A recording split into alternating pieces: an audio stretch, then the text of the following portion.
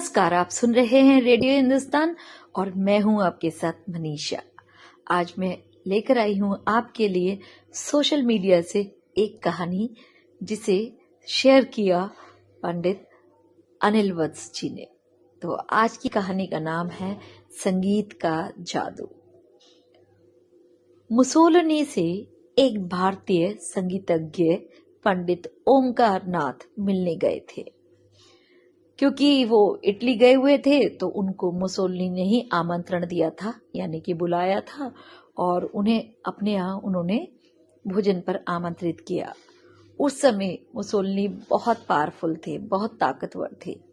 भोजन करते समय उन्होंने पंडित ओमकार नाथ जी से कहा, मैंने सुना है कि कृष्ण बांसुरी बजाते थे तो लोग दीवानों की तरह उनके आसपास इकट्ठे हो जाते थे।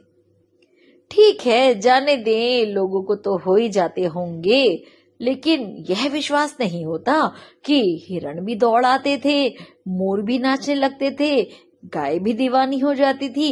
ये कैसे हो सकता है?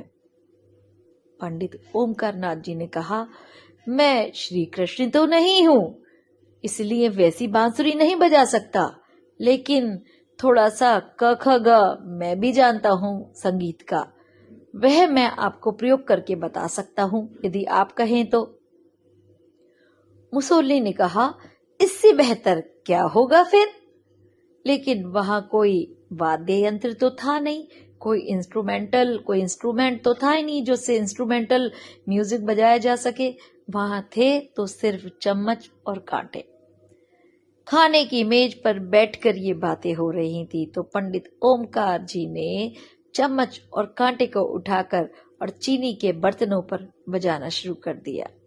मुसोलिनी ने अपनी ऑटोबायोग्राफी में लिखा है कि मैं थोड़ी देर में ही बेहोश हो गया और मेरा सिर झुक झुक कर टेबल से लगने लगा और वह इतने जोर से चम्मच कांटे पटकने लगे कि मेरा सिर उसकी ताल में टेबल पर गिरे और फिर उठे, गिरे और फिर उठे।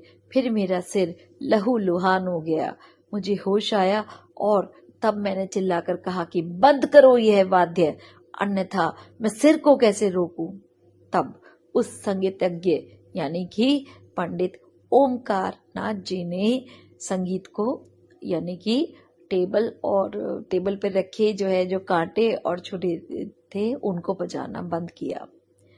और जब उन्होंने बंद किया तब तक मुसोलिनी ने कहा कि उनके सिर पर ब्लड आ चुका था, ब्लड ड्रॉप्स थी और उनका सारा जो सिर था वो छल गया था, इंजर्ड हो चुका था। मुसोलिनी ने लिखा अपनी ऑटोबायोग्राफी में कि तब मैंने पंडित ओमकार नाथ जी से कहा, मुझे माफ करना, मुझे पता नहीं था कि संगीत का ऐसा भी असर होता है और इतना असर कि वो भीतर तक हो सकता है कि मैं खुद को रोक ही नहीं पा रहा था। मेरा शरीर अवश हो गया था, अनकंट्रोल्ड, सिर और मेरे हाथ के बाहर हो गया था और मुझे ऐसा लगा कि अब तो मैं मर जाऊंगा, क्योंकि मैं कोशिश करूं और कोई उपाय नहीं, जितना ही कोशिश करूं सिर उतना ही और जोर से जाकर टेबल से टकराने लगा। और तब पंडित ओमकार नाथ जी ने कहा कि मेरी कोई हैसियत नहीं, श्री कृष्ण के बाबत मैं कोई वक्तव्य दूं यह ठीक नहीं है, लेकिन इतना हो सकता है तो उतना भी हो सकता है। अर्थात जब सिर्फ मेरे ये कांटे और जो छुरी बजाने से ही टेबल पर आपको ऐसा महसूस हुआ तो कृष्ण जी के बांसुरी बजाने से क्या क्या होता होगा, अब तो आपको समझ आ ही गया होगा। जय श्री राधे, जय श्री कृष्णा। आशा करती हूँ आपको ये कहानी अच्छी लगी होगी और संगीत के जादू को तो आप सभी मानते होंगे। तो सुनते रहिए रेडियो हिंदुस्तान, करते रहिए अपना काम। जय श्री कृष्णा, जय श्री राधे।